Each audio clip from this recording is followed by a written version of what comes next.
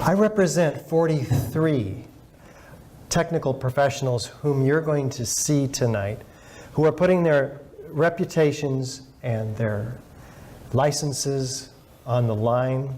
They have nothing to gain. They have everything to lose. And they're calling for a new investigation for a whole lot of reasons. They're not conspiracy theorists.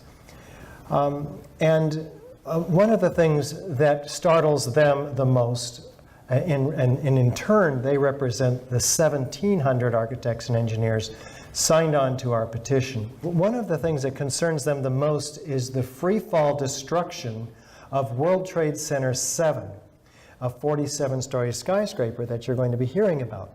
Now, I didn't know anything about this massive building, the size of a football field, every floor, 47 football fields stacked up on top of each other.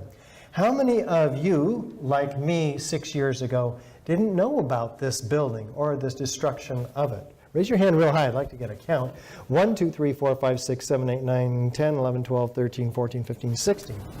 NIST is the National Institute of Standards and Technology. They claim that they found no evidence for explosive demolition. Later, as you'll see, they acknowledge that they never looked.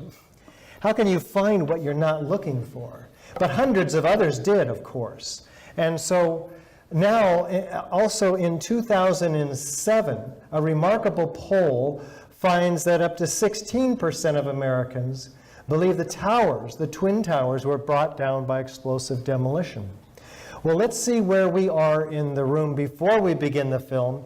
So I'd like to know how many of us pretty much believe the official story, how many of us are unsure, how many of us believe already that the towers came down by controlled demolition. First, the official story. We have an impact of the jet planes, large explosion of jet fuel, ignition of the office contents by that jet fuel and a massive fire, and weakening of the structural system and a gravitational collapse all the way down to the ground. No reason to believe otherwise. This is what we have been told and by the experts. How many of us pretty much there? Official story. Raise your hand real high if you would. We have to vote for one of these. That's the rule. Nobody in here who believes the official story? My God. Well, let's see. Maybe some of you are unsure. You've heard a few things. You're here to check out the rest. Raise your hand real high. You're unsure. 1, 2, 3, 4, 5, 6, 7, 8, 9. 9 unsure. And you have those numbers, Tim? Tim, where are you? Right here. There you are. You got them? Okay. And how many of us already believe the towers were brought down by controlled? Oh, my God. Why didn't you guys bring your friends? Oh, you don't have any more friends. You have lost your friends. Well, I understand. I've lost a few myself. This is a tough road, and that's why we've also included the 8 psychologists and theologian David Ray Griffin to help us to understand what it is we're dealing with. Just for a lark, how many of you have tried to talk to friends and just found that they stare at you like a deer in the headlights? What planet are you from? Or call you a conspiracy theorist? How many of that? All right, so we've got some help for you tonight. You came to the right place. If you could have chained your friends to you, I would have. But now you've got a DVD, which you'll be able to take home, which I hope you'll find exceptionally valuable in this process. We released 9 months ago the pre-release version, we call it a rough cut, of this film. How many of you had a chance to see that one? Oh, a lot of you. Great. And this is a remarkable crowd. Burlington. So what we want to do is avoid just preaching to the choir. I'm not a preacher. I've never went to ministerial school.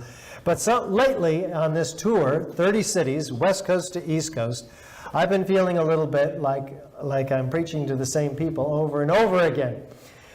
So let's take a look at this film and determine if it can be helpful in getting past ourselves and out to the broader public here in Burlington and in Greater Vermont. Now, one of those technical experts is here with us tonight. His name is William Rice. He is a structural engineer, and you'll hear quite a bit from him. William, would you stand up? Where are you sitting? I've lost you. There we are. Bill Rice is here. Big hand for Bill. And see if you can spot him in the film. We'll bring him up and see if he can help us answer some technical questions. And I know there's some broader questions as well. So with that in mind, we'll turn out the lights, and I hope you enjoy the film. Thank you so much.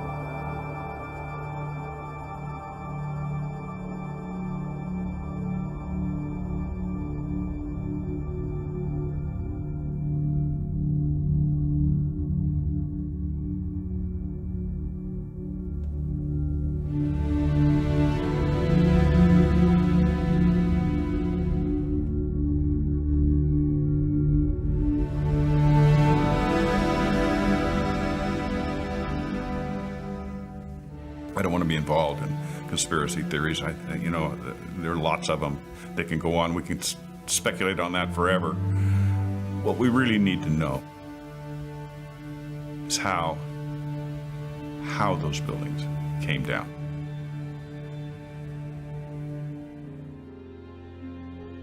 My husband Steve was 48 years old when he was killed on September 11th, 2001. He was in the North Tower on the 104th floor. There were so many unanswered questions, and that's scary to me. We never had answers. Nobody ever stopped to have a scientific investigation. A scientific investigation. A scientific investigation. Tribute lights in the New York skyline. An annual memorial to the lives lost on 9/11. Yet there's still more light that needs to shine, revealing truths that their family members deserve to know. September 11th, 2001, a day that changed history. 4 planes went silent and off course. 2 of those planes crashed into the World Trade Center Twin Towers. Several columns were severed, and the jet fuel ignited fires that spread over several floors.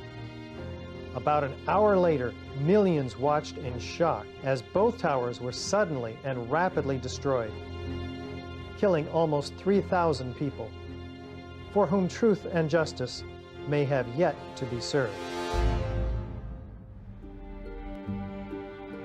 Hi, I'm Richard Gage, AIA, licensed architect of over 20 years and member of the American Institute of Architects.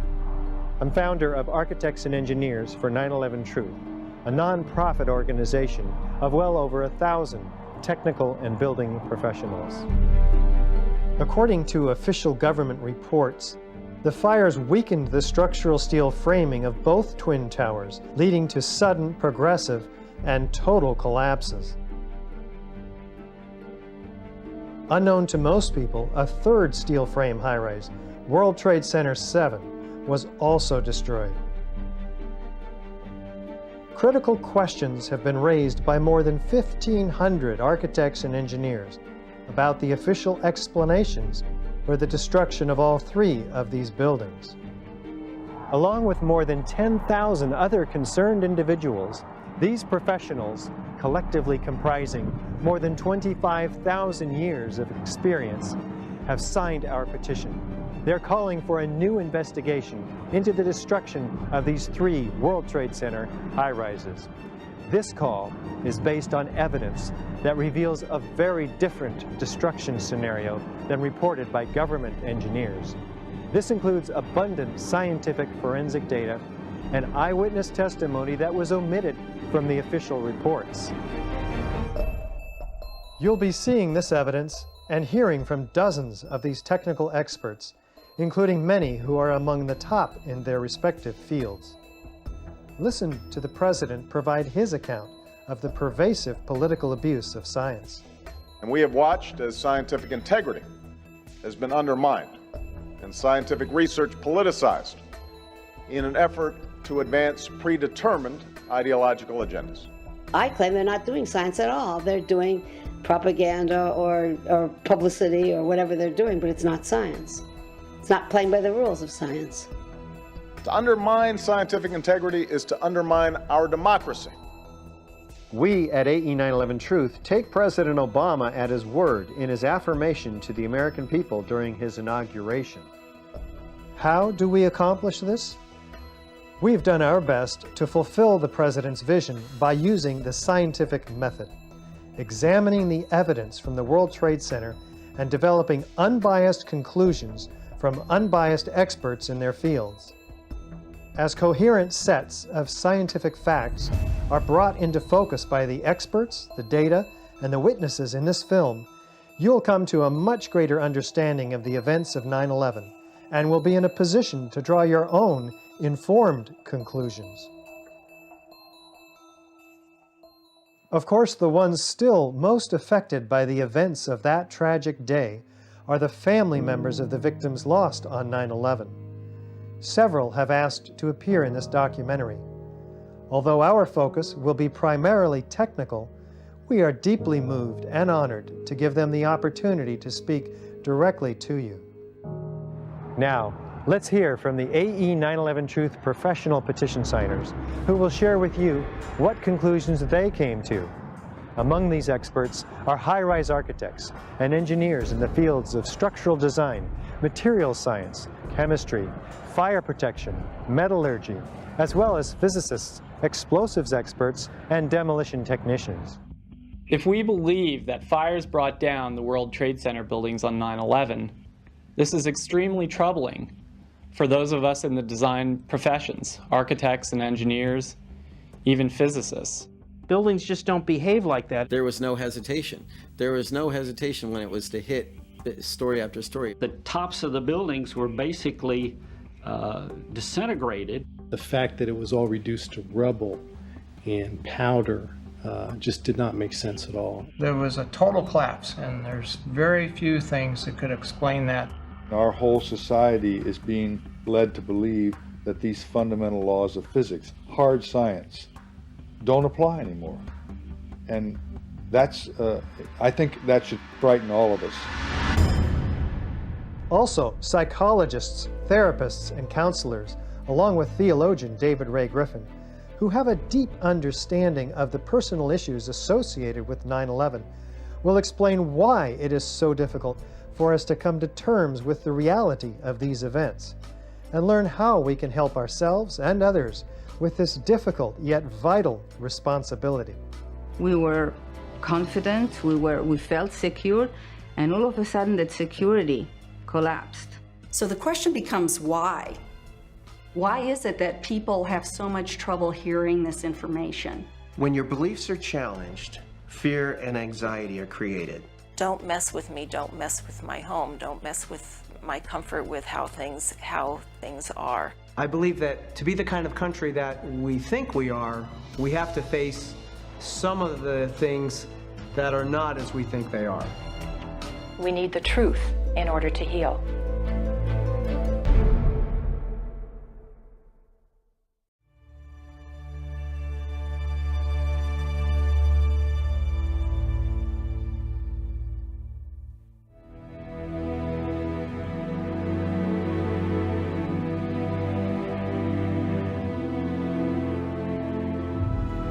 The new World Trade Center Building 7 looms above the site of its original. Building 7 was a 47-story high-rise, not hit by an airplane. Yet it was the third modern steel-frame skyscraper to collapse rapidly and symmetrically on 9/11. It was a football field away from the North Tower and sustained minor damage from the falling debris. Building 7's precipitous collapse was blamed on normal office fires. World Trade Center 7 collapsed because of fires fueled by office furnishings. It did not collapse from explosives or from fuel oil fires. From about 1965 until about 1985, most of my experience has been in high-rise, multi-story steel buildings. NIST would have us to believe that these was a typical office fire, scattered office fires, if you will, that brought this building down. Since the mid-60s, I've tried to follow high-rise fires because they're something we worry a lot about as we design these buildings. And I'm not aware of any high-rise building that have come down as a result of fires. I'm Steve Barish, founder and president of Barish Architects and Associates, Inc., a 33-year-old architecture planning and engineering firm. One of the things that really interested me is how quickly the Tower 7 fell. It fell within 7 seconds approximately from top to bottom. This building was built in the mid-80s and met all the codes at the time. I first became aware of the problems with the official account of the collapse when I saw a DVD online from Architects and Engineers for 9/11 Truth. They pointed out various problems with the official story, and the ones that caught my attention were the rapid failure of the connections in order for the building to come down at the rate that it did.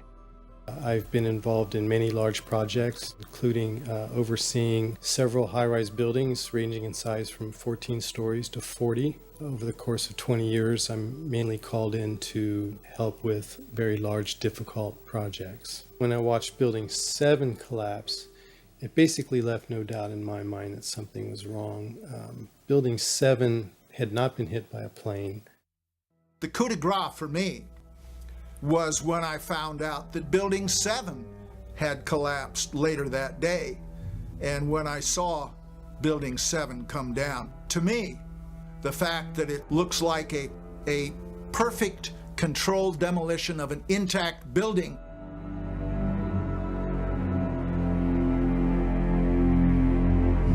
I mean, that's what I call a smoking gun.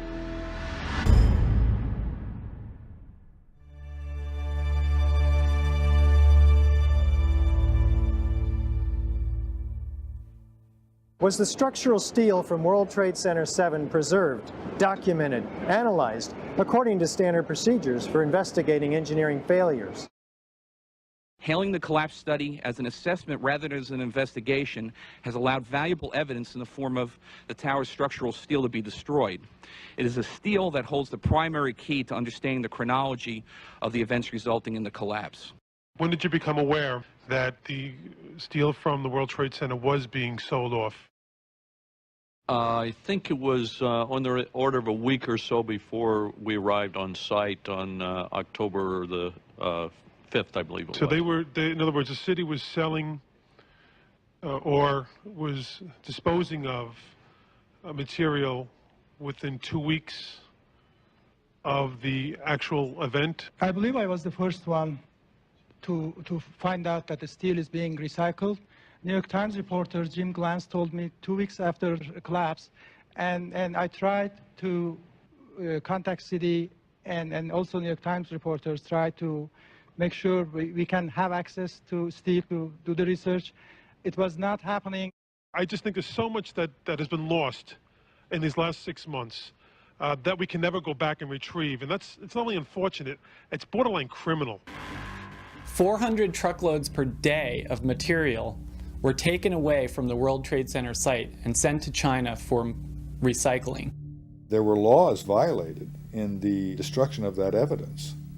And for the American Society of Civil Engineers to ignore those events is extremely disturbing and is a violation, in my opinion, of their professional code of ethics. It was contrary to the way all investigations are done. If an airplane crashes, they seal off the entire area, nobody touches anything, they move it to a secure location, and they reconstruct an aircraft.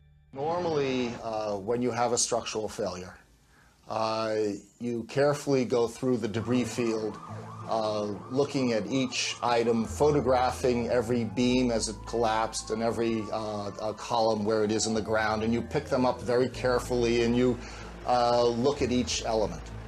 We were unable to do that in the case of Tower 7.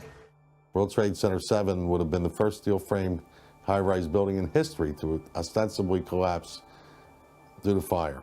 You can't do science when you are deprived of the evidence and when your hypothesis is the least valid instead of the most likely. When the most likely hypothesis in the case of Building 7 wasn't even mentioned. This is not science. So the claim is that it's something else. It's trying to prove preconceived ideas.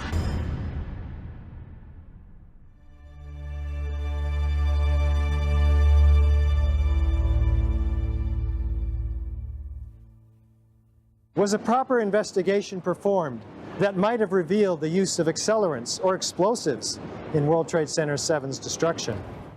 NIST concedes that they found no evidence for explosives. So then we asked them, well, did you look?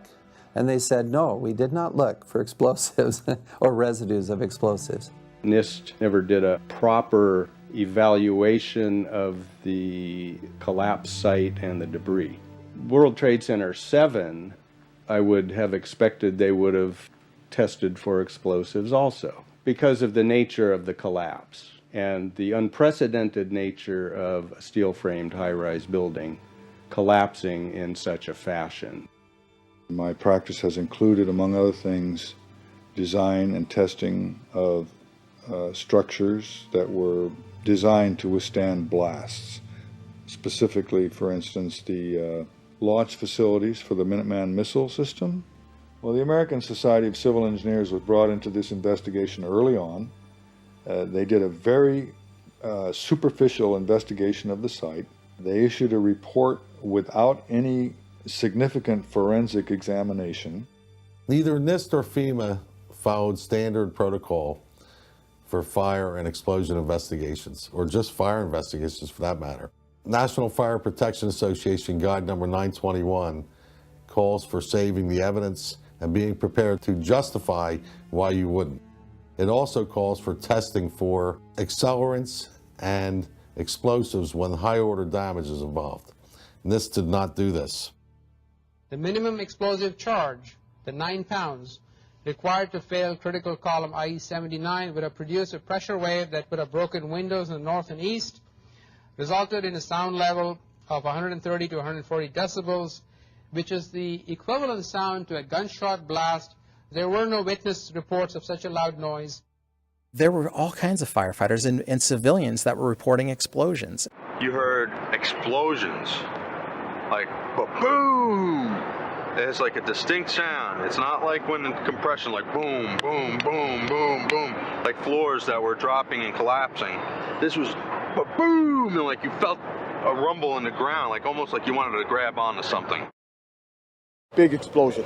Blew us back into the 8th floor. I'm okay, all right? Here, hold on. You want to call your mother or something? Just the fact that there were explosions means they need to be investigated. Terrorists used explosives in '93. We had witnesses to explosions. We have audio recording of explosions. We have overwhelming evidence that there were some explosive events. The manual gets into thermite, and if it says if you have melted steel or concrete, which we had on 9/11, and there's videos of it, people can see it, we should test for it. It says when you have melted steel or concrete, you test for thermite. So the fact that they're not testing for it is crazy. We had 3,000, Americans murdered, and we had the first 3 high-rise and steel collapses. We have all these reports of explosions. We have the history of terrorists using explosives. It's absolutely ridiculous that there's no excuse for it. It's criminal, in my opinion. It's absolutely criminal that they refuse to follow the national standards, and the national standards say that they should be testing that for explosives. The national standards are very clear. We have preservation of evidence, we have spoliation of evidence, there's all kinds of basically standards that you don't destroy evidence. We don't have the real story on what happened because there wasn't a proper investigation done.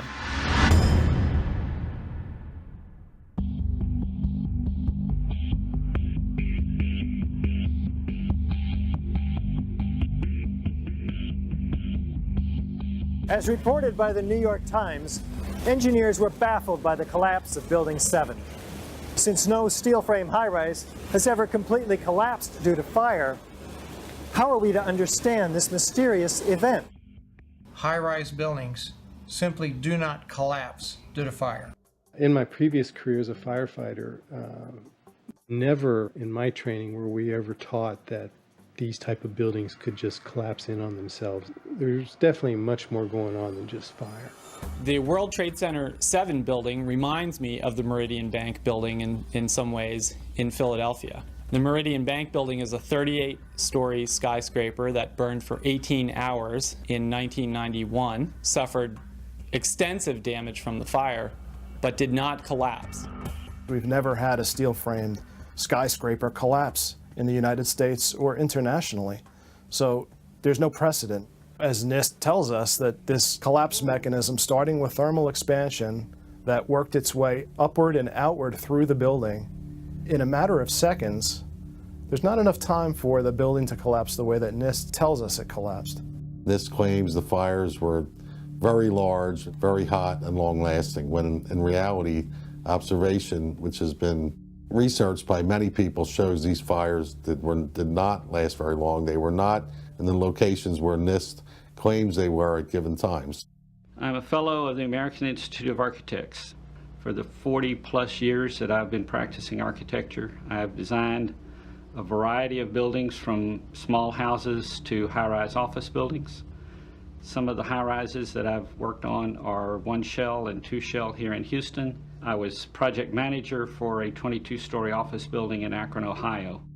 Later in the day, when World Trade Center 7 collapsed, they had already showed us pictures of a few fires in that building, and they weren't even raging. And how could that cause a building to collapse as if it were imploded?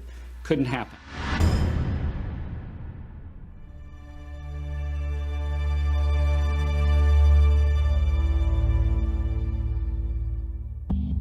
According to lead investigator Shyam Sunder of the National Institute for Standards and Technology, NIST, World Trade Center 7 collapsed at freefall acceleration for more than 100 feet of its fall. What does the speed of the collapse reveal to us? Essentially, in less than 7 seconds, Tower 7 came down upon itself. It's just like taking your car keys out and just dropping them. That's how fast the building came down, for over 100 feet. And the only way you can get that is when there's zero resistance. And so what we're looking at is a building just coming straight down, falling right through itself with zero resistance. Buildings don't have zero resistance, which is why you feel comfortable walking into a building. This building had 40,000 tons of structural steel in its structural system, and that is intended to keep it from going anywhere. I'd heard people say, well, it came down at free fall or close to free fall and so forth, so I decided I'd measure it myself. I had a simple tool at the time called Physics Toolkit, which allowed me to take a video and put a dot on each frame to follow the motion of things. And I realized that it's actually coming down at free fall, pretty much dead on the acceleration of gravity. Well, NIST, in their final draft, was saying that the building came down, it was 40% longer than free fall time. How can such a publicly visible, easily measurable quantity be set aside? A free fall time would be an object that has no structural components below it. There was structural resistance that was provided in this particular case. He was making our case for us. You can't have free fall when there's support. And in the final report, they modified it and they actually admitted there was a period of free fall involved. NIST is telling us that the building below it ceased to exist for the first few seconds of the collapse of the building. Well, things in physics just don't cease to exist and cease to resist the forces that are on them. The building didn't disappear so the building can fall for 100 feet at free fall speed. That's impossible. That's a violation of the fundamental law of physics that says that for every action there's an equal and opposite reaction. If floors fall, they tend to fall and are braced by the floor directly beneath it, and there's some delay there. The connections are designed with a safety factor of 1.5 to 3 times the failure load for the member. So this assures that the member will always fail first in an elastic mode and then a plastic mode. The connections failed first without any of the members exhibiting large deformations or deflections. Over 400 connections per second had to fail in order for the members to be released and for the structure to descend at almost free fall rate. To fail at the rate that they did progressively across the building, even if a floor were to collapse, it still wouldn't be able to collapse all of the connections simultaneously at the rate that it did without secondary explosions.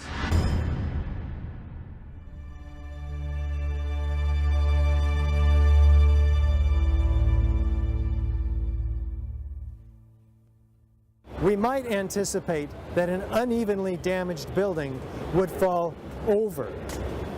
Yet, videos of the collapse of Building 7 show a fairly symmetrical fall. How do we make sense of this? The exterior of the building comes down fully, symmetrically, and at one time. Both sides of the building come down completely. This is fully indicative of full structural support being removed for at least 6 stories. That could not happen by fire. If the buildings had come down by fire, we would have seen a more natural progression of collapse. And clearly a more asymmetrical pattern should have been present. The symmetry is the smoking gun. It cannot happen that when you have asymmetric damage, you will get a perfectly symmetrical collapse. The exterior columns on the outside as well as on the inside at the bottom would have to be severed almost at the same time.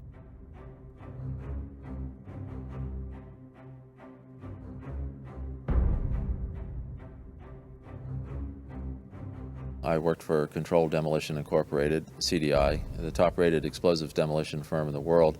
As an explosives loader, my job was to place explosives in the buildings to prepare them for demolition.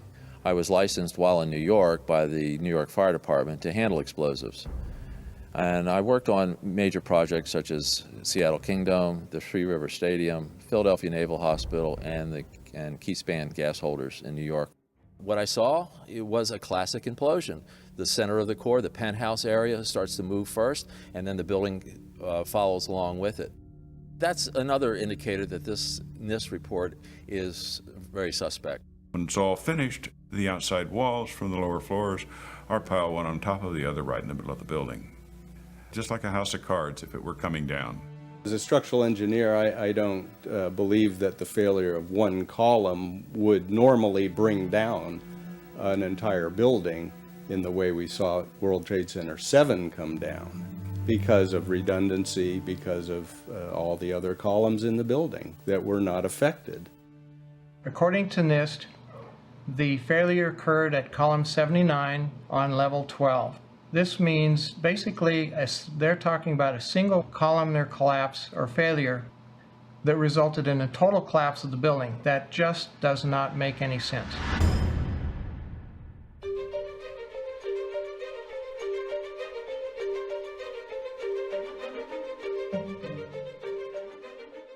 NIST provided computer animations in support of their fire collapse theory.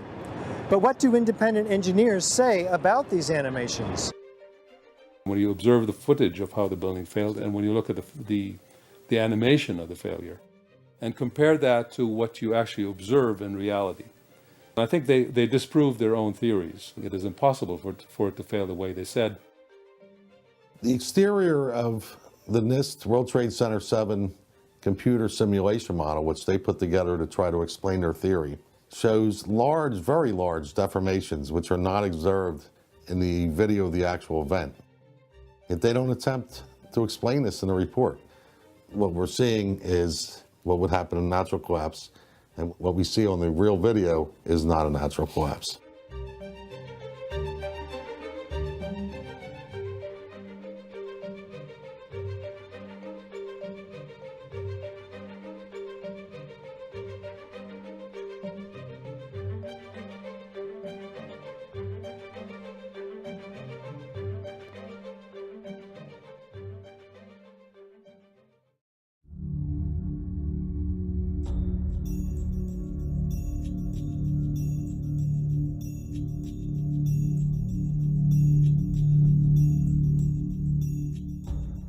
There had to be some agent that was destroying the connections in building number 7 at 400 connections per second, and the only thing that I can see that would be capable of doing this would be explosive devices at the connections.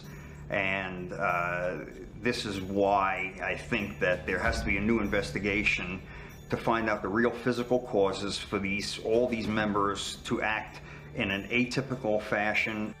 The Freedom of Information Act request to NIST by a registered structural engineer for calculations and analysis substantiating the walk-off failures of the horizontal girders from their seats at columns 79 and 81 was denied by NIST, with the claim that releasing this data might jeopardize public safety.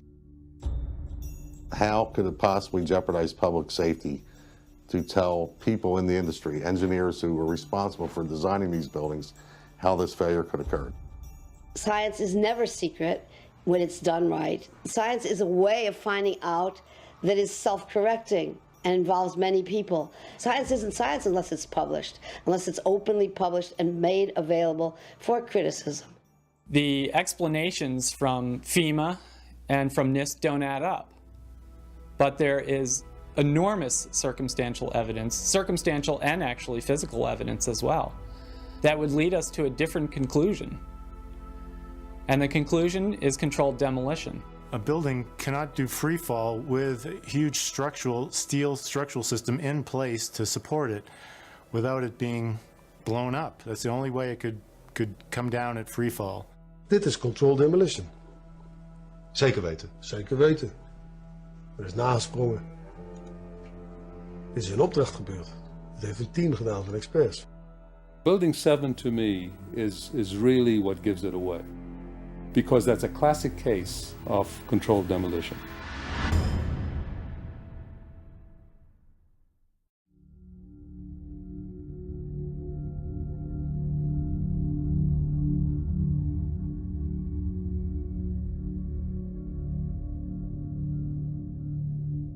This is the original site of the World Trade Center Twin Towers.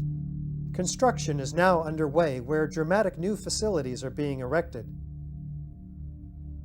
Just 10 years ago, the planes hit the towers, cutting through some exterior and interior supporting structural steel columns. The fuel from the planes ignited office fires across several floors. According to the official reports, the structural steel frame was weakened and failed, causing a total progressive collapse of each tower. Does the official explanation make sense? Was there a comprehensive investigation that examined all of the evidence? I walked into the office and the first words that I heard was, "A plane's just run into the World Trade Center." And my initial thought was, well, that's okay. It's built to withstand a 707. It did not seem possible that these towers that were designed to withstand the impact of a 707 could possibly collapse. in such a short order of time from the time that they were hit. There's no way the building was designed to take the impact of one, if not more, multiple airplanes. They were designed to withstand hurricane force winds of up to 140 miles an hour. These buildings are built to handle several times the load above them. Those perimeter columns could handle 5 times the load above them, and the core columns could handle 3 times the load above them. I remember walking up to a window, and a young man turned to me with tears coming down his face, and he said, "Will they fall down?" And I said, "No. Never has a steel structure building in the history of steel structured buildings ever fallen down for the reasons of fire." The majority of the jet fuel was burnt up instantly in the big fireball, and it was gone. The fires that were left were office furnishings and carpet and things like that. A lot of things in these kind of buildings have to be fire resistant by nature. It's required by code. So there really isn't a whole lot of fuel in there to begin with. The media portrayed these fires as being extremely hot, but the fires were not that hot in World Trade Center 1 and 2. If you look at the NIST zone data, you could see this. And to use our own powers of observation, you could tell by seeing these fires and seeing black smoke come out the windows. That means that the fires were oxygen starved, and it was incomplete combustion. And so it was a low temperature fire.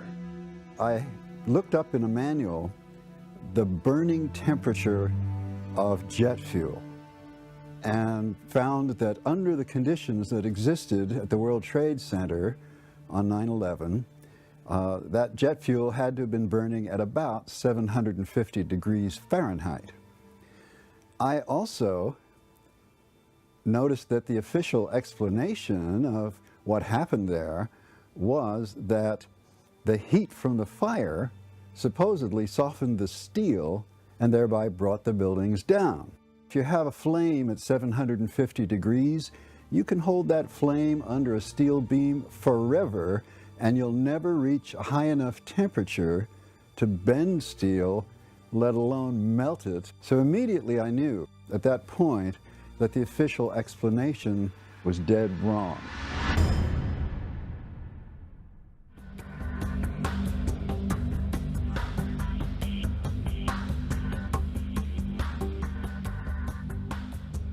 Rather than a slow groaning collapse that we might anticipate. The Twin Towers show in the videos a very rapid, sudden onset of destruction. What does this imply? Structural steel is required by building and design codes to prevent catastrophic failure and loss of public life. Everybody's seen the building collapses on 9/11, and it was shocking how fast the buildings collapsed. This doesn't happen with structural steel buildings, and never has and never will again. We assume that fires could destroy a building. Why people select steel buildings is because they would destroy slowly. The basic philosophy of the building codes in the last 75 to 80 years has been to ensure ductile failure of the members to provide for the public safety. Under this philosophy, members that are overloaded will deform elastically within the elastic range of the material with increasingly large deformations and deflections. This gives rise to large deformations that are visible and apparent to the occupants of the structure. It would gradually twist and bend and give people plenty of time and safety in getting out of the building. I would not have expected the whole building to just give in at once, and I thought it rather odd that they fell almost perfectly in very similar ways. It seemed odd that lightning would strike twice. And it certainly would stay in the damage zone. It would not drop down through 80,000 ton of insulated, undamaged structural steel and do it in 12 seconds. This claimed that the upper section of each of the towers crushed the lower section. However, when you watch video closely, in the case of World Trade Center 1, you'll see that the upper section disintegrates itself It appears to be a controlled demolition of its own of the upper section. The top section, pushing on the bottom section, it's going to meet equal forces as it goes.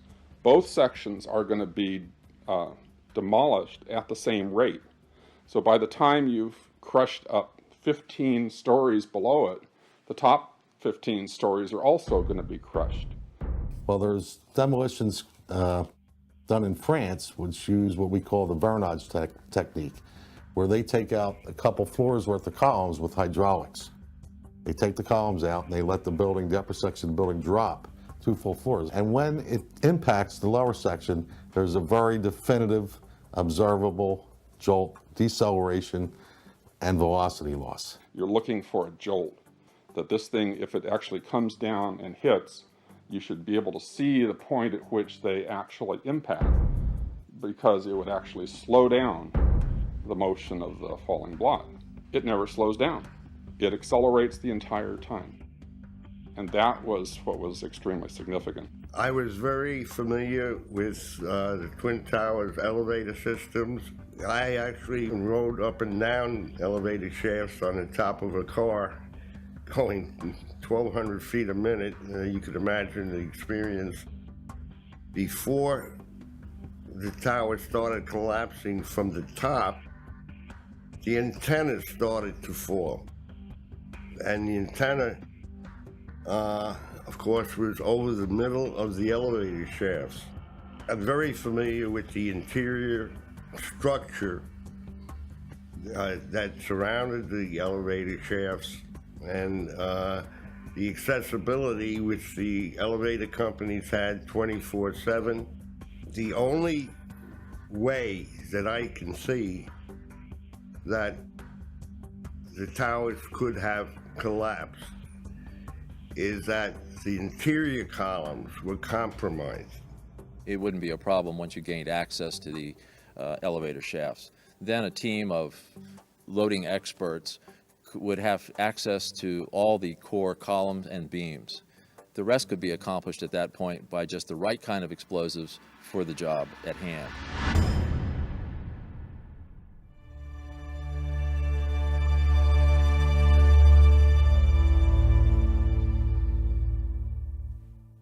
NIST, the National Institute of Standards and Technology, acknowledges that the towers came down at essentially free-fall acceleration. What are the implications of that admission? The measurements have indicated that Tower 1 collapsed in about 11 seconds and Tower 2 collapsed in about 9 seconds. This is essentially the rate at which free fall would happen. From what I understand, the buildings actually accelerated as they came down, meaning they were not getting resistance from these massive columns in the center of the core of this building. The core of this building was very heavy. They're huge columns, huge. This block accelerates straight down, or is picking up speed downward continually. It doesn't slow down, it just continues to gain speed. The Twin Towers could not have come straight down through the thousands of tons of structural steel, through the greatest resistance. There are columns of steel around the exterior of the building and within the core, all of which are there to prevent the thing from falling down. And so even if something falls on it, it's not going to immediately just go pop, pop, pop, pop, pop, pop like that, floor by floor. It's going to, if it's going to collapse, it's going to have to take some time to weaken the structure below it. This structure was capable of holding 3 to 5 times the weight. And here it is falling through it with a resistance of only 1/3 of its weight. Roughly 90% of the resistance has been removed. And what's happening is the top section is not crushing down the lower section like a pile driver, which is the picture that NIST basically is painting. It's actually falling into material that's already been pulverized, that's offering very little resistance. It's just coming down through pre-pulverized material.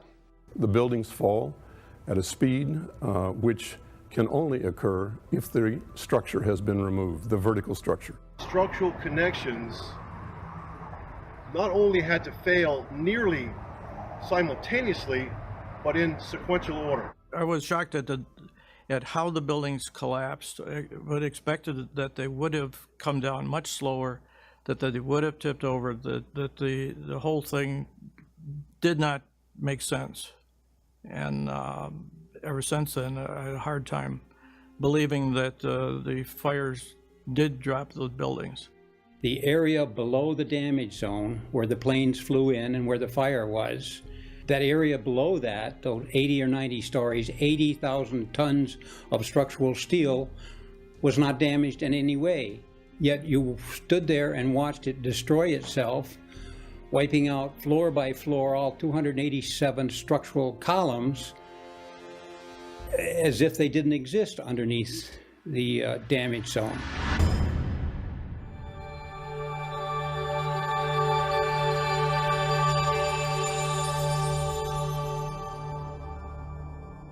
Over 100 first responders reported sounds of explosions and flashes of light at the onset of destruction of both towers.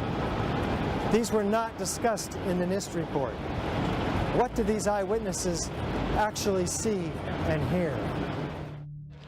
As we were getting our gear on and making our way to the stairway, there was a heavy-duty explosion inside the lobby. We stuck on the stairs for a while. We finally got down to the lobby. Then we get to the lobby, it was this big explosion. There were numerous secondary explosions taking place in that building. There were continuous explosions. There was a secondary explosion, probably a device either planted before or on the aircraft that did not explode until an hour later. Then there was those secondary explosions and then the subsequent collapses. It sounded like gunfire, you know, bang, bang, bang, bang, bang, and then all of a sudden 3 big explosions. About 50 consecutive bangs, and it fell down like a waterfall. and we heard the noise associated with an implosion. We heard a very loud blast, an explosion. We heard a loud explosion. At that point, we heard a large boom. I looked up and just saw the building coming at us. Do you know if it was an explosion or if it was a building collapse? To me, it sounded like an explosion. There was another major explosion. All of a sudden you hear explosion and you could see the building starting to collapse. Huge explosion that we all heard and felt. We could hear a rumble, which was about 5 seconds long, preceding the actual collapse, and then a boom when each of those towers collapsed. Just seconds ago, there was a huge explosion, and it appears right now the second World Trade Tower has just collapsed. I was about 5 blocks away when I heard explosions. And then you heard from far away, boom, boom. And you heard the boom, boom, boom, boom, boom, boom. Floor by floor, it started popping out. It was if they had detonated. They were planning to take down a building. Boom, boom, boom, boom, boom, boom, boom. And it just started going pop. It just started going boom, boom, boom, boom, boom. And he goes, how fast? I go like firecrackers. They're reporting exactly what I would expect. You're hearing boom, boom, boom, boom, boom, waves of explosions going off. Not one massive big boom. So many videos of witnesses from that day that report explosions. There's radio transmissions from the FDNY. We have the transcripts that were recorded, back in 2001 of all these firefighters and first responders reporting explosions. This testimony should have caused the presumption that there was a good chance explosive residue would be found and justified testing for it, rather than the opposite. It doesn't look like a collapse. It's like a huge mushrooming, billowing kind of an event. That whole thing looks nothing like a building falling down. It's a building being blown up. That's what the physics shows. Yet they refuse to consider the possibility that explosives or some other form of demolition device could have been used to cause the collapses of the towers. And the fact that controlled demolition is consistent with all the available technical evidence. And the response to that request for correction is NIST simply saying they're unable to provide a full explanation for the total collapse, even though that was their task given to them by Congress.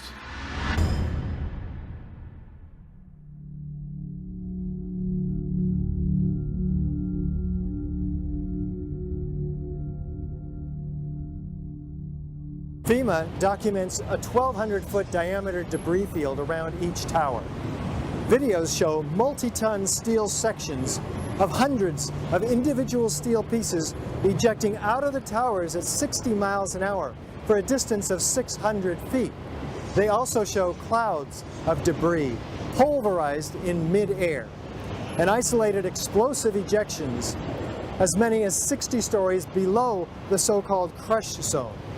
Videos also show the near total destruction of both towers. What does all this tell us about the forces and energies involved in the destruction? The spread of debris in a large radius around each tower. What we see is an outward explosion of material beyond the perimeters of each footprint.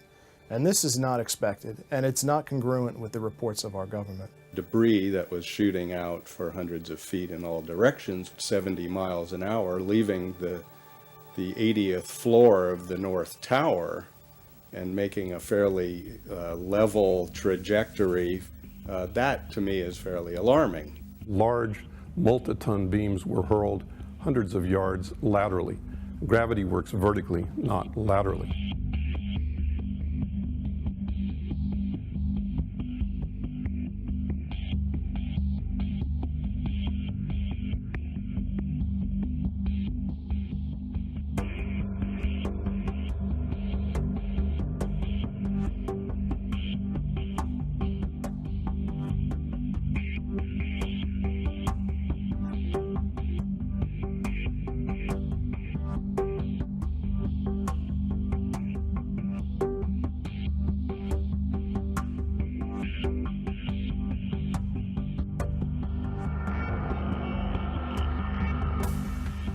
So something's happening to throw these things horizontally at those kinds of speeds. And here it is trailing white smoke the whole time. It really is indicative of some kind of explosion. The individual explosions that I noticed 20 and 30 and 40 stories below the collapsing structure. And naysayers tend to say, well, that's just air being blown out the windows. I mean, it doesn't really work to say it's just air pressure. Estimated these are coming out faster than 100 miles an hour. The floors pancaking upon themselves would create gushes of air out the side, but not the kind of explosive force that we saw that would throw I-beams across the street into the windows of other buildings. The ejection of the materials out of the building, the manner in which it fell, the speed at which it fell, it exhibited all the signs of demolitions and the completeness of the destruction down to their individual elements. When the South Tower was destroyed, at first it looked like it was going to land in the street or take a building out next to it, and then all of a sudden it disappears in this huge cloud of smoke. There were two substations on the 108th floor, the 75th floor, and the 41st floor, and the 7th floor. At those 8 locations, there were 4 transformers in each substation that weighed over 30,000 pounds. The transformers would not explode on their own. They were air-cooled, dry-type transformers.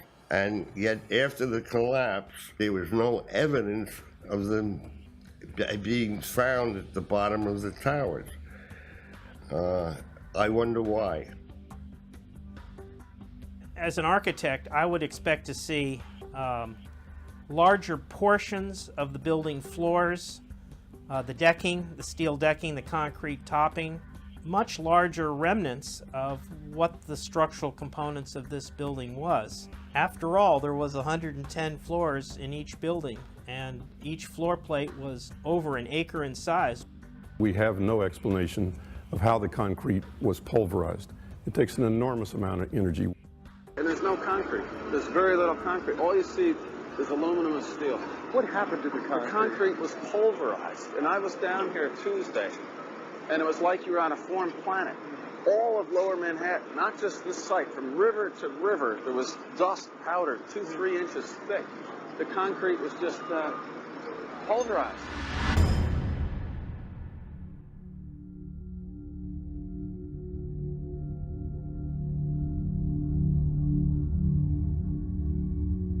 In its report on World Trade Center 7, which came out in May of 2002, FEMA documents in Appendix C steel that has been melted and even partially evaporated.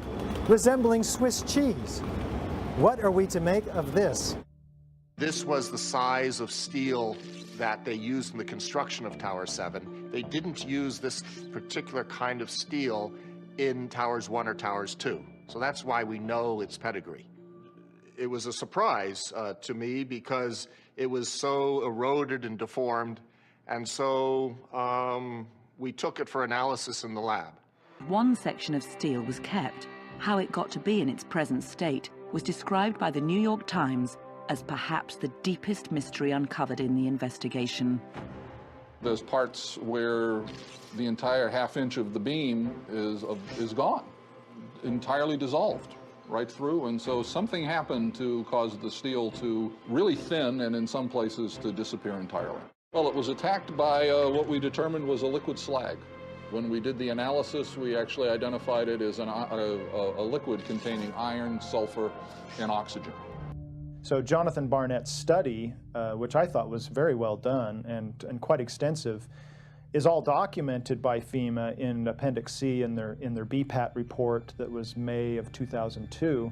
Unfortunately, it was never used in the NIST report. And I'd like to know why NIST excluded the evidence of melting steel. Why is this not included? Why is this forensic evidence not being included in the report?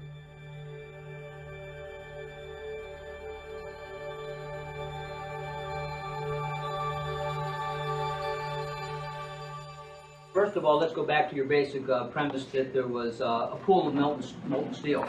I know of absolutely nobody, and no eyewitness who said so, nobody who's produced it.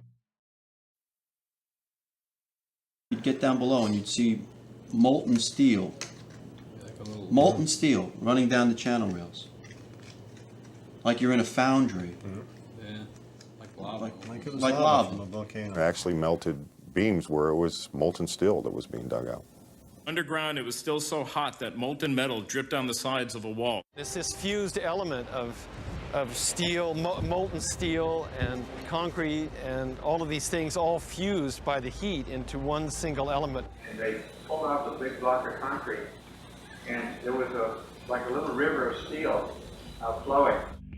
Many witnesses, firemen and lots of people described the flowing molten metal, iron or steel, at extremely hot temperatures. And John Gross categorically denied their observations, so that because their observations don't fit his preconceived notion, he not only ignored evidence, he denied evidence.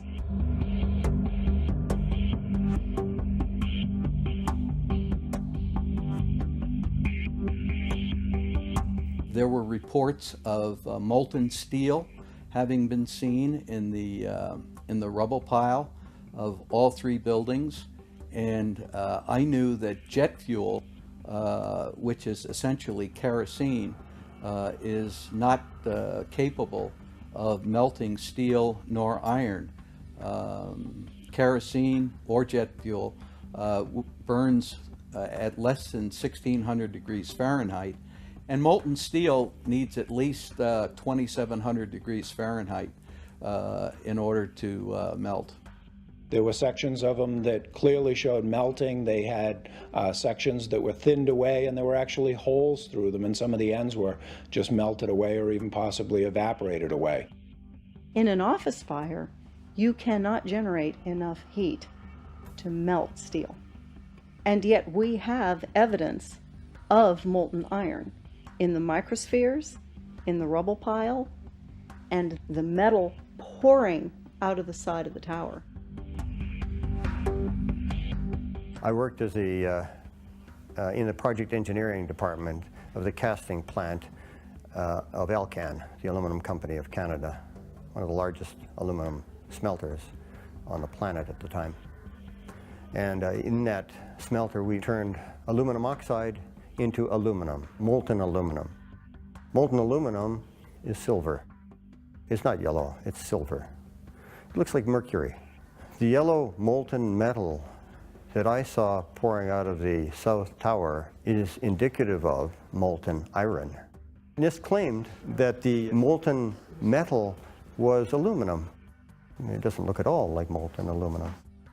Looks like iron, molten iron. The official explanation of what happened there was that the heat from the fire supposedly softened the steel and melted portions of it perhaps, and thereby brought the buildings down. Well, second law of thermodynamics says, just like water can only flow downhill when it's poured on the ground, similarly heat can only move downhill. But with heat, downhill means from a region of higher temperature to a region of lower temperature. And the heat flowing uphill from a 750-degree flame to a 3,000-degree puddle of molten steel violated the second law of thermodynamics. You cannot get a flame hot enough to start the metal to molten, make it molten in the first place so that this other process takes off. I don't know of any mechanism for that. The only way that's known that a carbonaceous material can cause steel or iron oxide to turn into a molten metal is in a blast furnace. Yeah, and that's very different than what we had. Molten metal in the basements of all three buildings. All scientists now reasonably agree that the fires were not sufficiently hot to melt the steel. So what is this molten metal? It's a direct evidence for the use of thermite. An incendiary used by the military, thermite is a compound of iron oxide and aluminum, which when ignited sustains an extreme heat reaction, creating molten iron. In just 2 seconds, thermite can reach temperatures over 4,500 degrees Fahrenheit, quite enough to liquefy steel. We know that open-air fires cannot burn hot enough to melt steel, but metal had melted at the base of the towers. In one piece, I found a pore in the steel that had pure sulfur embedded in the pore.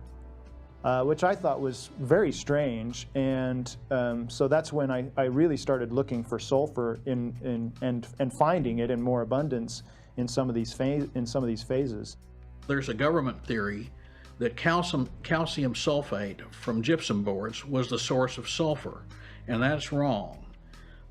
Calcium sulfate cannot undergo any kind of a chemical reaction that produces the element sulfur, and we're not dealing with any kind of compound of sulfur. When we're talking about sulfidation, we're dealing with the element sulfur. How do you get the sulfur in these pieces of steel or in the debris? And that question is unanswered. There's a version of thermite called thermate, which has sulfur in the thermate. And what the sulfur does is it's sort of like salt on ice. And it just basically makes the steel melt at a lower temperature. And if you do a search on Google for thermite and building demolition, you can find devices that have been fabricated and invented that use thermite for building demolitions. An incendiary is something which can be used to destroy something by the means of heat, while an explosive is something which acts with pressure. It knocks things apart. In the case of thermite cutting charges, you would have heard far less noise, since they are worked by thermal heating, melting of the steel, rather than an explosive cutting as in RDX charges. Overflights had detected with infrared camera 1,400 degree Fahrenheit hotspots on the surface of ground zero. And that being there for a week, indicates that there was something very hot going on below the surface. So thermite, if it was present at the World Trade Center and created this molten metal that so many witnesses and photographic evidence shows, would also explain potentially the fact that the fires could not be put out at ground zero. The fires lasted for quite a while, but most importantly, they were deep within the pile, where people would expect that the environment was oxygen starved. And thermite could explain this because it has its own oxidant within. It's actually the metallic oxide that provides the oxidant to allow the incendiary thermite reaction to occur, even underwater.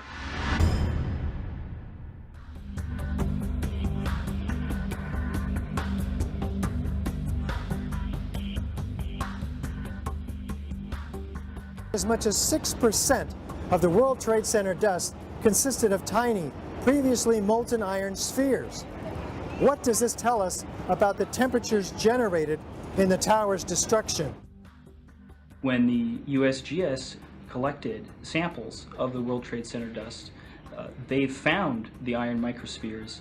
Insofar, the USGS does not have a valid explanation for the presence of these iron microspheres. So what do the microspheres contain? Iron is the main element, and then it has smaller portions of aluminum, sulfur, a trace of manganese. Most of them are less than about 1/10 of an inch in diameter, and they're spherical. And they're found in all of the dust blown out of the buildings during collapse, no matter where in Manhattan that dust is picked up. You must have had a much hotter heat source for you to get 2,700 degrees Fahrenheit in order to melt the iron to get these molten spheres. Your heat source must be something like a chemical reaction, an exothermic chemical reaction that reacts, in the case of thermite, reacts at 4,500 degrees Fahrenheit. My contention, based on finding thermite residue in the dust, is that it happened before. It didn't happen after in the fires that ensued in the rubble pile afterwards. It's all the characteristics of the microspheres, along with what I see in the attack of the beams that were actually found, tell me that thermite was involved in melting those steel beams.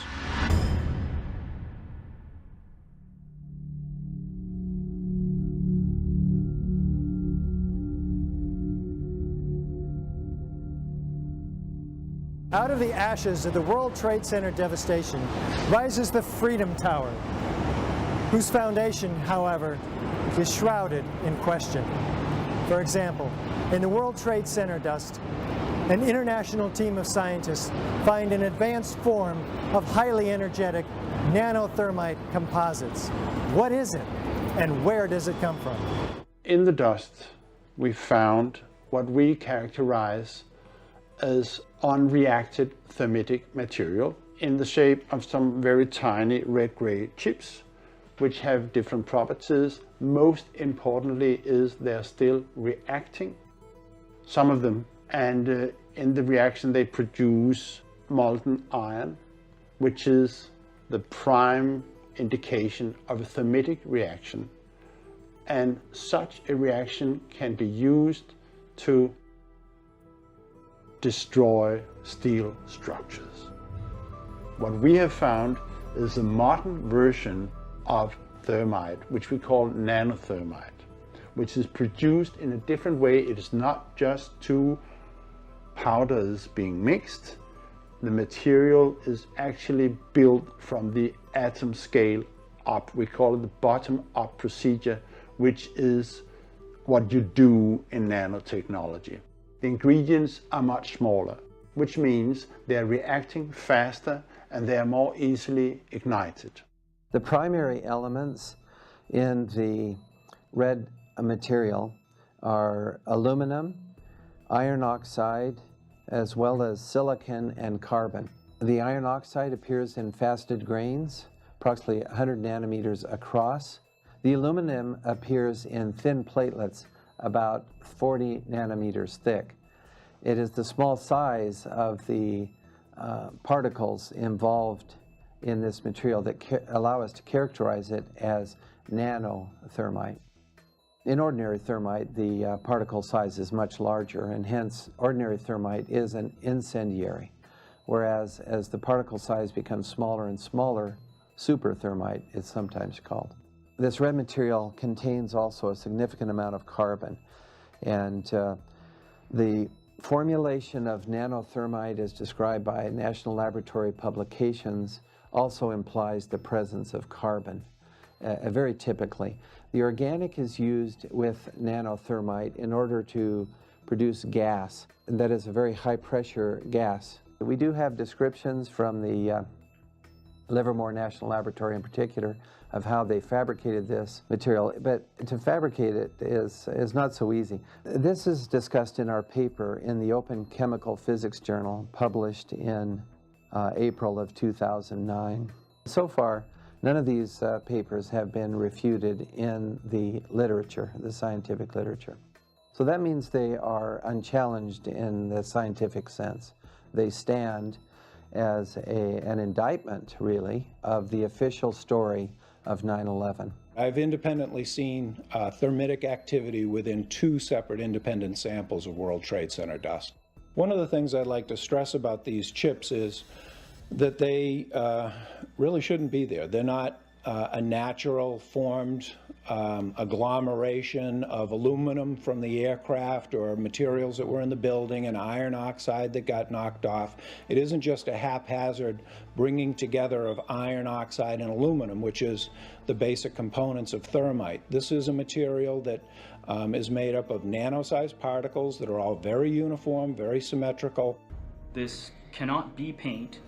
Paint does not have these exotic properties. It's impossible. There was actually some significant findings in the residue. After igniting these chips in the DSC, we found microspheres. But the significance of the calorimeter cannot be understated here. Many of these spheres had the exact or identical composition or very similar composition as the spheres that Steve was finding in the dust samples. They were also very similar to spheres found in thermite, in commercial thermite. There were no microspheres found in the paint sample that had been ignited in the DSC. We also took paint that came off of the WTC steel and looked at that in the SEM and did a compositional analysis of that and found that it was not similar to the red-gray chip or the red layer of the red-gray chips. So it wasn't, the red-gray chips are not the primer paint that was used on the WTC steel. This is material that is of military use that really shouldn't be there.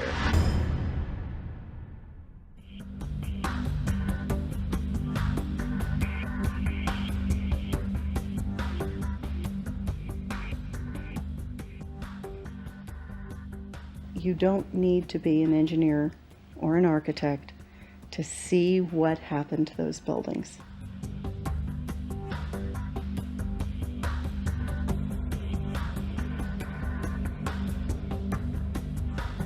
Any honest investigator would be looking at this and looking for explosives and so forth. The NIST investigation didn't go there. They just would not look for explosives. This has been the work of independent researchers, not NIST. So the preconceived notion of NIST is that there's no evidence for explosives, and so there's no point in looking. That is the most unscientific thing that you can possibly think of, not to look because you don't expect to find evidence, and in fact the evidence is overwhelming that these red-gray crystals are very high-temperature incendiaries. They state these conclusions for which there's virtually no evidence, and then they ignore conclusions that can be drawn from the evidence.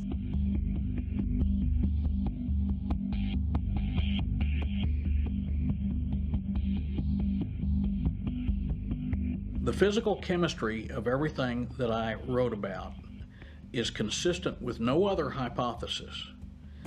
And all of the testimony of eyewitnesses, all of the video evidence supports only controlled demolition as the cause of all 3 World Trade Center buildings' destruction. You don't have to be a chemical engineer to question that official story.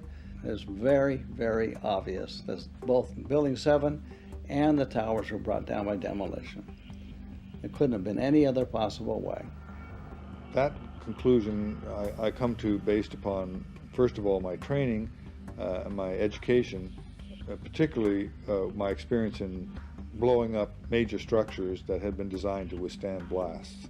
The experience that I had gained in the military and as an engineer was irrefutable. I couldn't come to any other conclusion except for the fact that those buildings were brought down by explosives. They fit the profile. The only way that a building can accelerate as it collapses is by having pre-engineered precisely timed and precisely placed explosives. In other words, controlled demolition. It is my opinion as a former 12 Bravo combat engineer, well trained in the use of explosives, that this building, all three buildings, were brought down as a result of controlled demolitions. We know we've been lied to about 9/11. We don't know for sure who did it. We don't know exactly how they did everything. And that's why we need a new investigation to find out. We do know that there was a massive cover-up, that there was evidence hidden and destroyed. The American people absolutely need the truth of 9/11.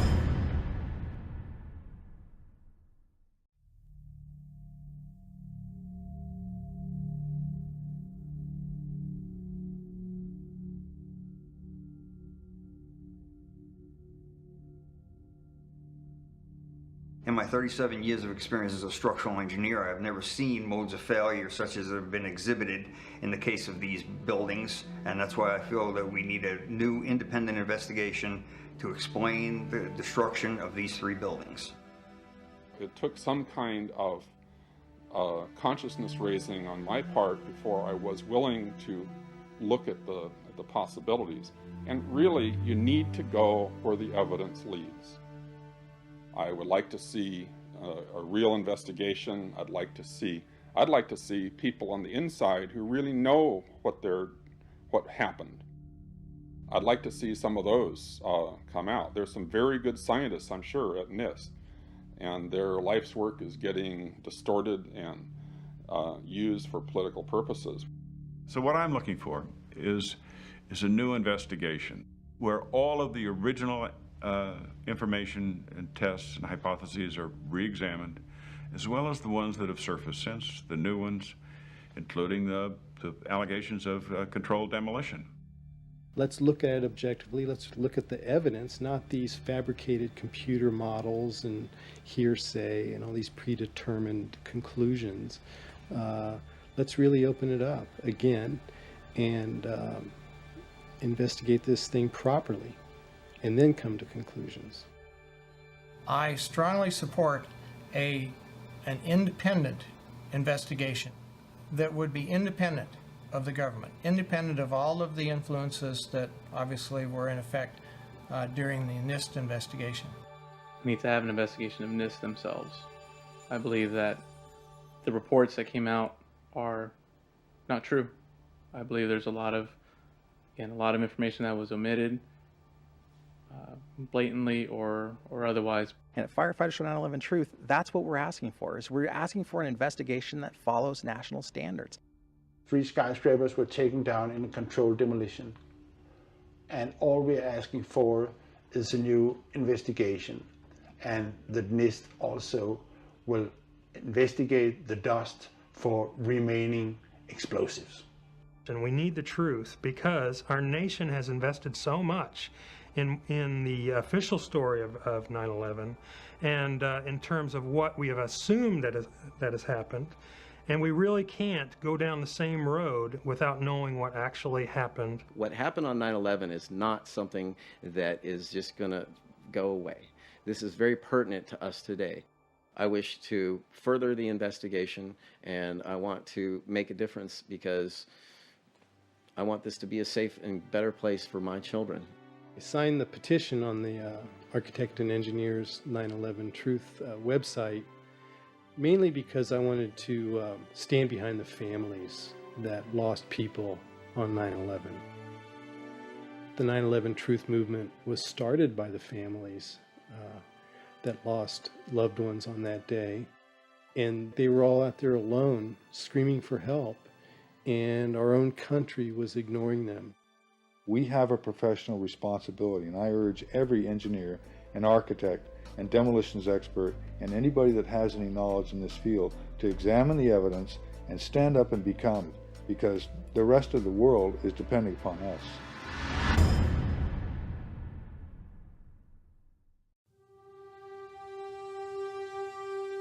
Most of us who have lived with the events of 9/11 have, as a result, experienced some kind of trauma. It can be very difficult to come to terms with what actually happened at the World Trade Center. In fact, someone told me recently, "I wouldn't believe what you're telling me even if it were true." Our petition signers with psychological expertise have stepped forward to offer their insight. While this segment is clearly outside the knowledge base of the architects and engineers for 9/11 Truth, these experts in psychology highlight their valuable experience for us as to why this evidence can still be so difficult for people to accept. As we know, the horrors of what happened on 9/11 were televised all over the world, and they were televised, in fact, live. We witnessed the deaths of almost 3,000 of our fellow Americans. We know this had a very severe and traumatic impact on a large majority of the population. At this point, we have 9 years of hard scientific evidence that disproves the government theory about what happened on September 11th, and yet people continue to be either oblivious to the fact that this information exists or completely resistant to looking at this information. So the question becomes why? Why is it that people have so much trouble hearing this information? From my work, I think we would be remiss not to look at the impact of trauma. Many people respond to these truths in a very deep way. Some have a visceral reaction like they've been punched in the stomach. To begin to accept the possibility that the government was involved is like opening Pandora's box. If you open the lid and peek in a little bit, it's going to challenge some of your fundamental beliefs about the world. If we can think of our worldview as being sort of our mental and emotional home, I think all of us will do just about anything to defend our homes, to defend our families. And so I see that with people, and I saw that with myself when my brother tried to talk with me about it, of don't mess with me, don't mess with my home, don't mess with my comfort with how things are. About a week later, I read a lengthy article by Professor Griffin about why he believes the official account of 9/11 cannot be true. And it was a very well-researched article. It was in my office at the time. I sat there and I felt my stomach churning. I thought maybe I was going to be sick. And I leaped out of my chair and ran out the door and took a long walk around the block, around several blocks, and just broke down. I understand now that what was happening was my worldview about my government being in some way my protector, almost like a parent, had been dashed, and it was like being cast out into the wilderness, I think is the closest way to describe that feeling. And I sobbed, felt like the ground had completely disappeared beneath my feet. And I knew at some point during the walk that I knew that I was going to have to become active in educating other people about this, that for me to retain any sense of integrity, I was going to have to take some action. I couldn't just let something like this go. When we hear information that contradicts our worldview, social psychologists call the resulting insecurity cognitive dissonance. For example, with 9/11, we have one cognition, which is what the official story of 9/11, what our government told us, what our media repeated to us over and over, that 19 Muslims attacked us. On the other hand, we have what scientists, researchers, architects, engineers are now beginning to tell us, which is that there is evidence that shows that the official story cannot be true. So now we've lost our sense of security. We are starting to feel vulnerable. Now we're confused. 9/11 Truth challenges the beliefs that our country protects us and keeps us safe, and that America is the good guy. When your beliefs are challenged, fear and anxiety are created. In response to that, our psychological defenses kick in, and they protect us from these emotions. Denial, which is probably the most primitive psychological defense, is the one most likely to kick in when our beliefs are challenged. And it's a very, very uncomfortable state to be in. And eventually our mind shuts off. Just like when a computer is overloaded, our minds get overloaded. We can't handle it anymore and we shut down.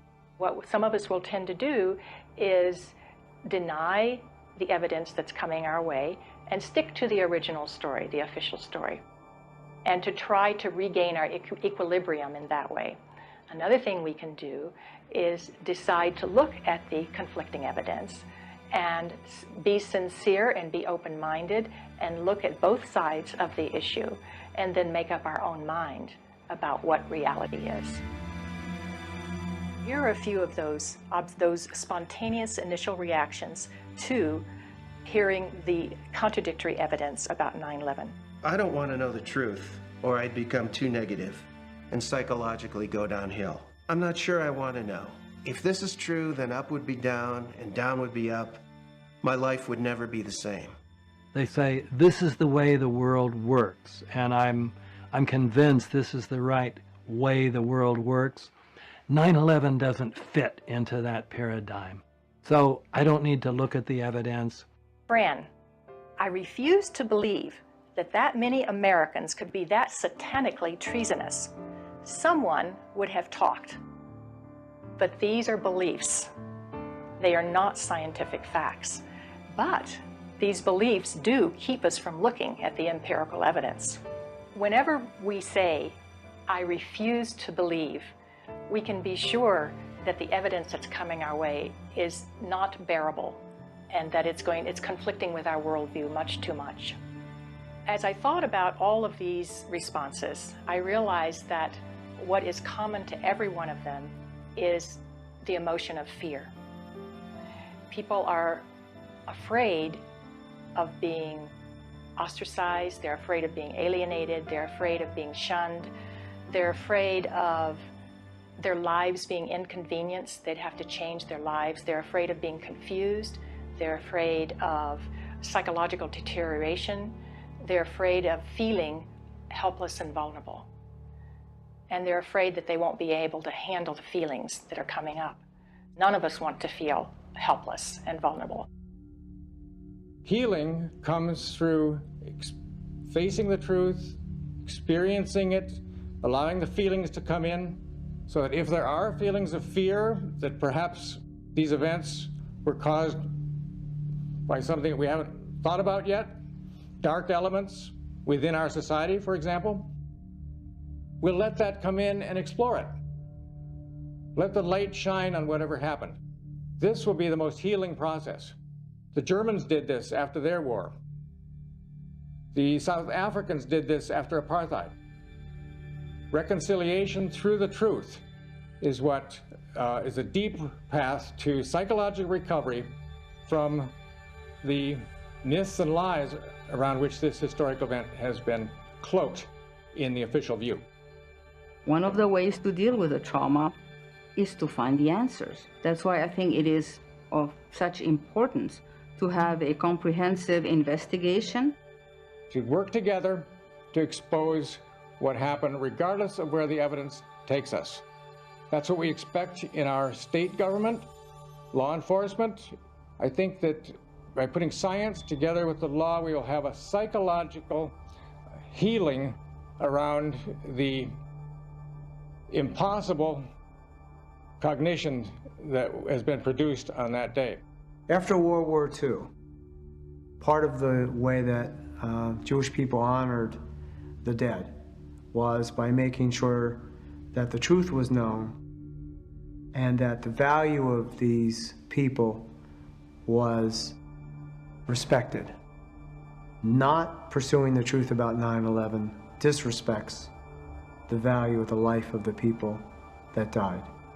Thinking that we're above such things, that it could happen in other countries, but it couldn't happen here, that's a lack of humility, and that's excessive pride. And so not being able to see our dark side or our weaknesses is the most dangerous thing.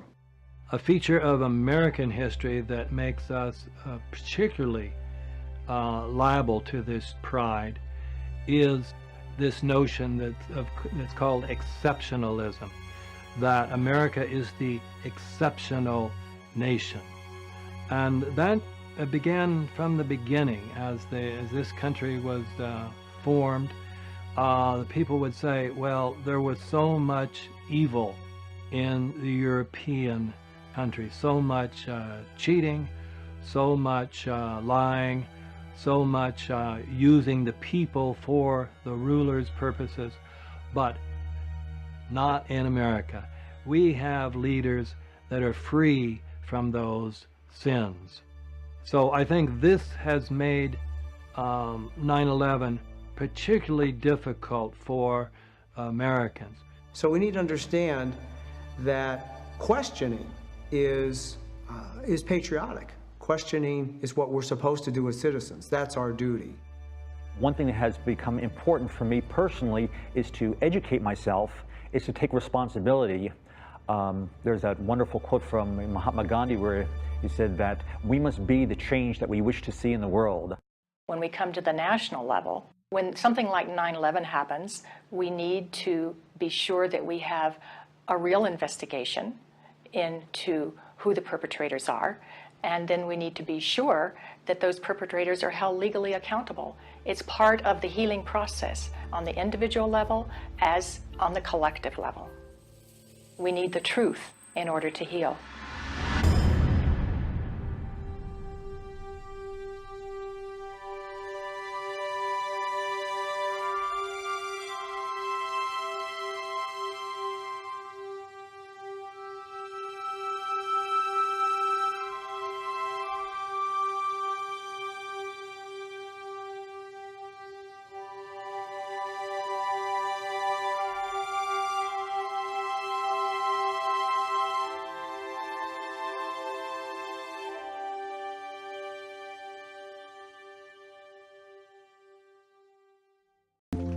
I was more intrigued by the type of people I came across who also had similar questions about 9/11. These weren't conspiracy theorists as I pictured them. These were people in government, aviation, civil defense, architecture, science, engineering, and the military.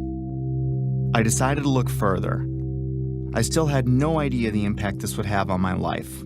I started by refamiliarizing myself with the incident, or I should say set of incidents. Of course, we all remember the second tower being hit, but I didn't put much thought into the other parts of that day. And soon after looking, I was reminded that there were several incredible events on 9/11. I'd put almost no thought into the particulars of that day for 10 years. But that was about to change. In chronological order, the official version goes like this. 4 planes were hijacked by 19 mostly Saudi Arabian terrorists who then flew or attempted to fly those planes into 4 U.S. buildings: World Trade Center 1, World Trade Center 2, the Pentagon, and the U.S. Capitol. 3 of them were successful. American Airlines Flight 11 hit the first tower, the North Tower, at 8:46 a.m.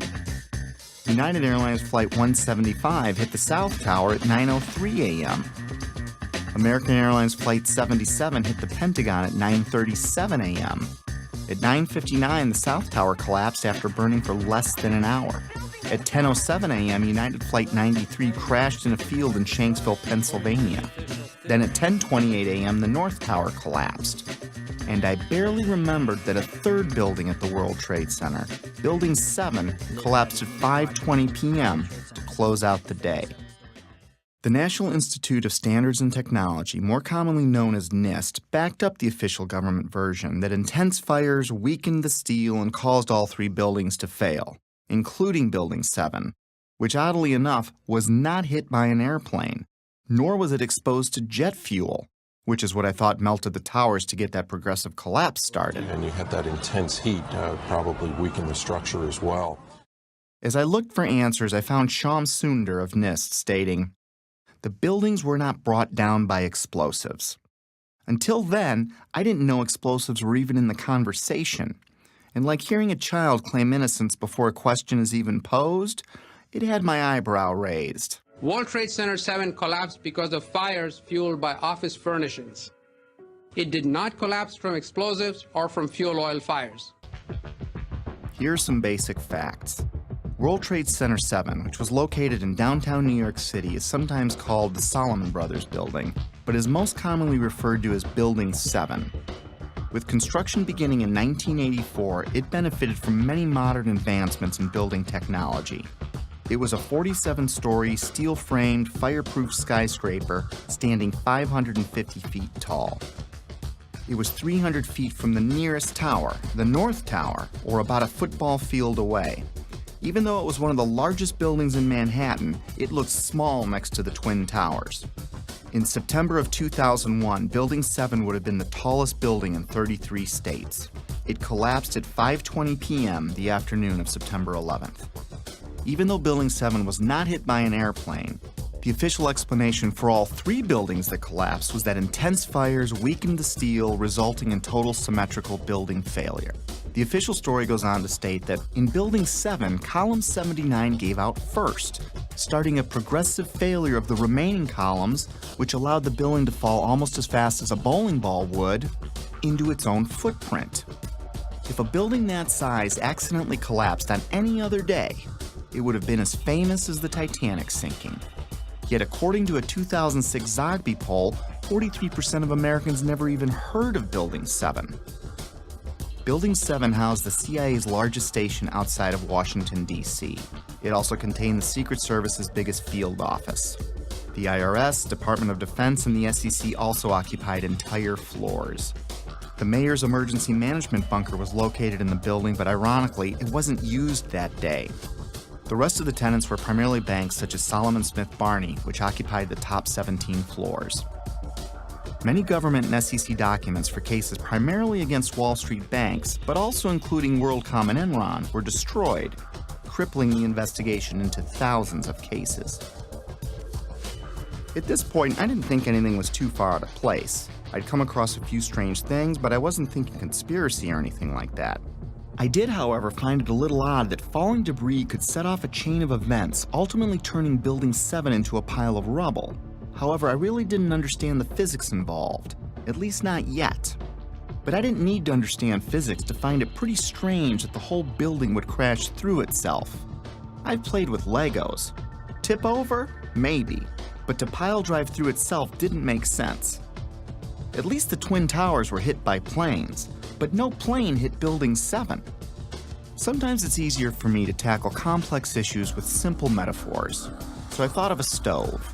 Then I imagined what kind of materials would I need to add to the fire so that all 4 legs would collapse simultaneously, and I couldn't answer it. Better yet, let's say I stacked 10 stoves on top of each other, and then I welded them together to better represent any of the buildings that collapsed that day. Now I go and light, let's say, the 7th stove up on the stack. What could cause the 7th stove's legs to give out simultaneously and cause every other stove below it and above it to break apart into tiny pieces, crashing to a pile of rubble in a few seconds? And how could that happen 3 times in a row? After breaking it down, I felt a little pit in my stomach for the first time, but I assured myself that I must be missing something. With that said, it was time to take a crash course in high-rise fires. It seems that high-rise fires are more common than I thought. I found hundreds of them. According to a 2011 report by the National Fire Protection Association, there are an average of 110 fires each year in buildings over 13 stories tall.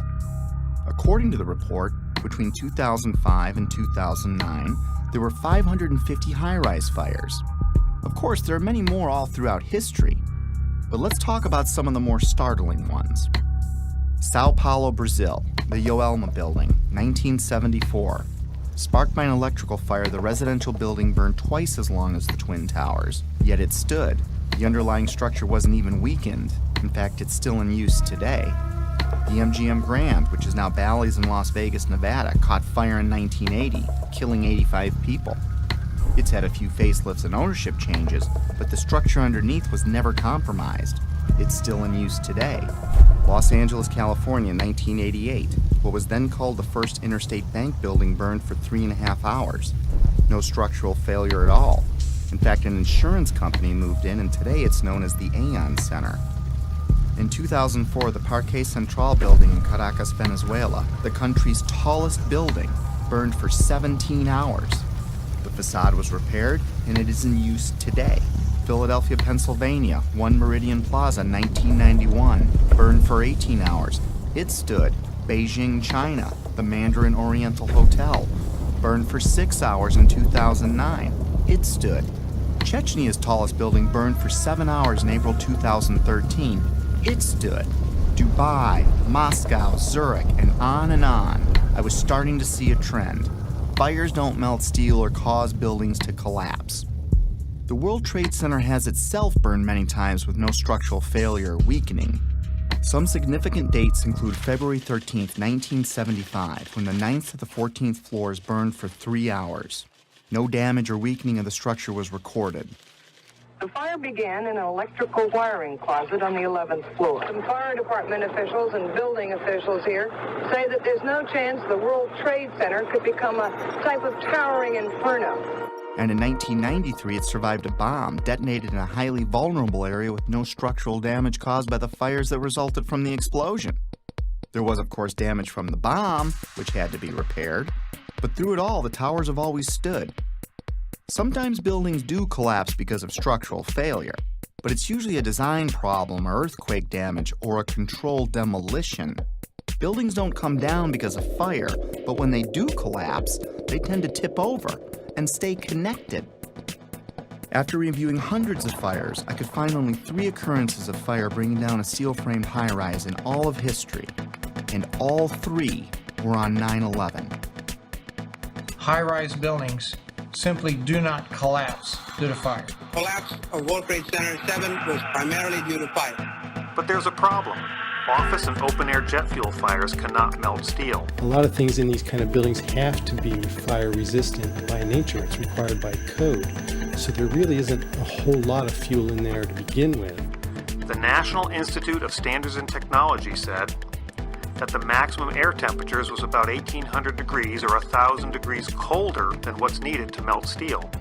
And it takes a blast furnace with air blowing with blowers to try to get steel to melt. So if you have a flame at 750 degrees, you can hold that flame under a steel beam forever, and you'll never reach a high enough temperature to bend steel, let alone melt it. This would have us to believe that these was a typical office fire, scattered office fires, if you will, that brought this building down. Since the mid-60s, I've tried to follow high-rise fires, and I'm not aware of any high-rise building that have come down as a result of fires. And seeing black smoke come out the windows, that means that the fires were oxygen starved. Kerosene would have burned off very quickly.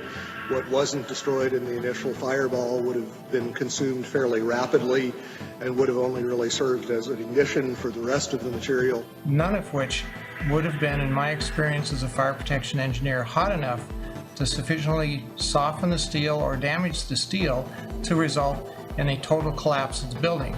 Well, we're told that the planes hit the buildings and there was an explosion and a fire, and about an hour and a half later, in the case of the North Tower, the buildings collapsed due to structural weakening due to the fires. Fires in high-rises have never brought down a steel frame high-rise building at all, ever. The bottom line is this. Steel-framed high-rises don't collapse, especially into their own footprint, because of fire. This is why builders and architects have loved steel for 100 years. A fire typically can't compromise the steel structure. Of course, 9/11 was not a typical day with typical fires. Jet fuel was involved. But the kerosene, or the jet fuel, just can't explain it. Set aside for a minute that only 2 of the buildings were subjected to kerosene. Now think of a kerosene lamp or a kerosene heater. In the history of kerosene lamps, I have never heard of one being melted because the fires were too hot. In fact, the World Trade Center fires were starved of oxygen and therefore heat. You can see it in the black smoke coming from the towers. Yet molten iron was found in the rubble of all 3 buildings. Something else had to provide the heat and energy needed to liquefy, melt, or even microscopically bend the steel in any of those 3 buildings. And unless you work for NIST, scientists agree that neither jet fuel, nor the furnishings inside those buildings could have heated the steel enough to melt it. I was starting to realize that something else must have been involved in the collapse of at least Building 7, if not all 3. Okay, maybe airplanes weakened the structure of the Twin Towers, which we'll be looking into more deeply later. For now, believe it or not, planes have hit many buildings throughout history and none fell. Of course, none were hit with planes as large as the ones on 9/11, but that still leaves Building 7.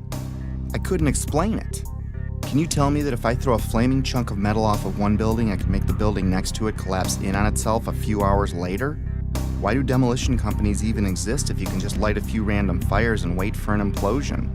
Maybe the steel structure in Building 7 was so badly damaged from falling debris that the entire structure was compromised. It still can't explain the symmetrical collapse, but I looked anyway. Other buildings that have suffered severe structural damage by natural disaster or bombs didn't disintegrate into rubble piles. They stayed together in some way. Even the buildings in the Trade Center complex that suffered worse damage than Building 7 didn't collapse in on themselves. This uneasy feeling was growing, but there was much more to understand about Building 7's collapse, especially before I started jumping to conclusions in my own head. I needed to hear from some experts. It just didn't add up, the way the whole thing sort of pile drove itself into the ground and all at near free fall speed. Collapses straight down into its own footprint at free fall speed. This is uncanny. There's 40,000 tons of structural steel designed to resist this collapse. This building had 40,000 tons of structural steel in its structural system, and that is intended to keep it from going anywhere. The animation sequence from the National Institute of Standards and Technology for their model, their mathematical model of the collapse of Building Number 7. And they have the inside members, that one column gave way, which they claim resulted in the collapse of all the surrounding members, and then this precipitated a global collapse. This would just not be physically possible for a gravitational collapse. According to NIST, the failure occurred at column 79 on level 12. This means basically they're talking about a single columnar collapse or failure that resulted in a total collapse of the building. That just does not make any sense. Regardless of the engineering, the logic tells you that if you have a single failure at some random point in the building, that the entire building is not going to collapse. Buildings don't break that way. The story that just a few columns can cause a synchronized global collapse, an implosion, is, well, that's just nonsense. The exterior columns on the outside as well as on the inside at the bottom would have to be severed almost at the same time. The building would want to topple over. It would want to bend over that weakened area and topple over sideways. What we saw the structures came straight down upon itself. It cannot happen that when you have asymmetric damage, you will get a perfectly symmetrical collapse. At free fall speed. That's impossible. That's a violation of the fundamental law of physics that says that for every action, there's an equal and opposite reaction. If you took a billiard ball and dropped at the height of the Twin Towers, and you just merely stopped it and started at every floor in free fall, it would take over 1.5 minutes to reach the ground. The buildings were down in 10 seconds. Buildings just don't behave like that. If floors fall, they tend to fall and are braced by the floor directly beneath it. And there's some delay there. And then the next floor falls with 2 floors, and there's some more delay. The buildings actually accelerated as they came down, meaning they were not getting resistance from these massive columns in the center of the core of this building. And when it's all finished, the outside walls from the lower floors are piled one on top of the other right in the middle of the building. So it's fiction to say that a building as modern as World Trade Center 7 comes down with no resistance. Doesn't add up. The official explanation was dead wrong. Just not possible. Not possible. Just doesn't make sense. It's not how it works. It can't happen. Never before in history. It just can't happen. Well, that's just nonsense. And that cannot happen. Couldn't happen. It's fiction. There's definitely much more going on than just fire. This was a controlled event. The symmetry is the smoking gun. In short, the evidence is clear. We are witnessing not the collapse of a building, but its demolition.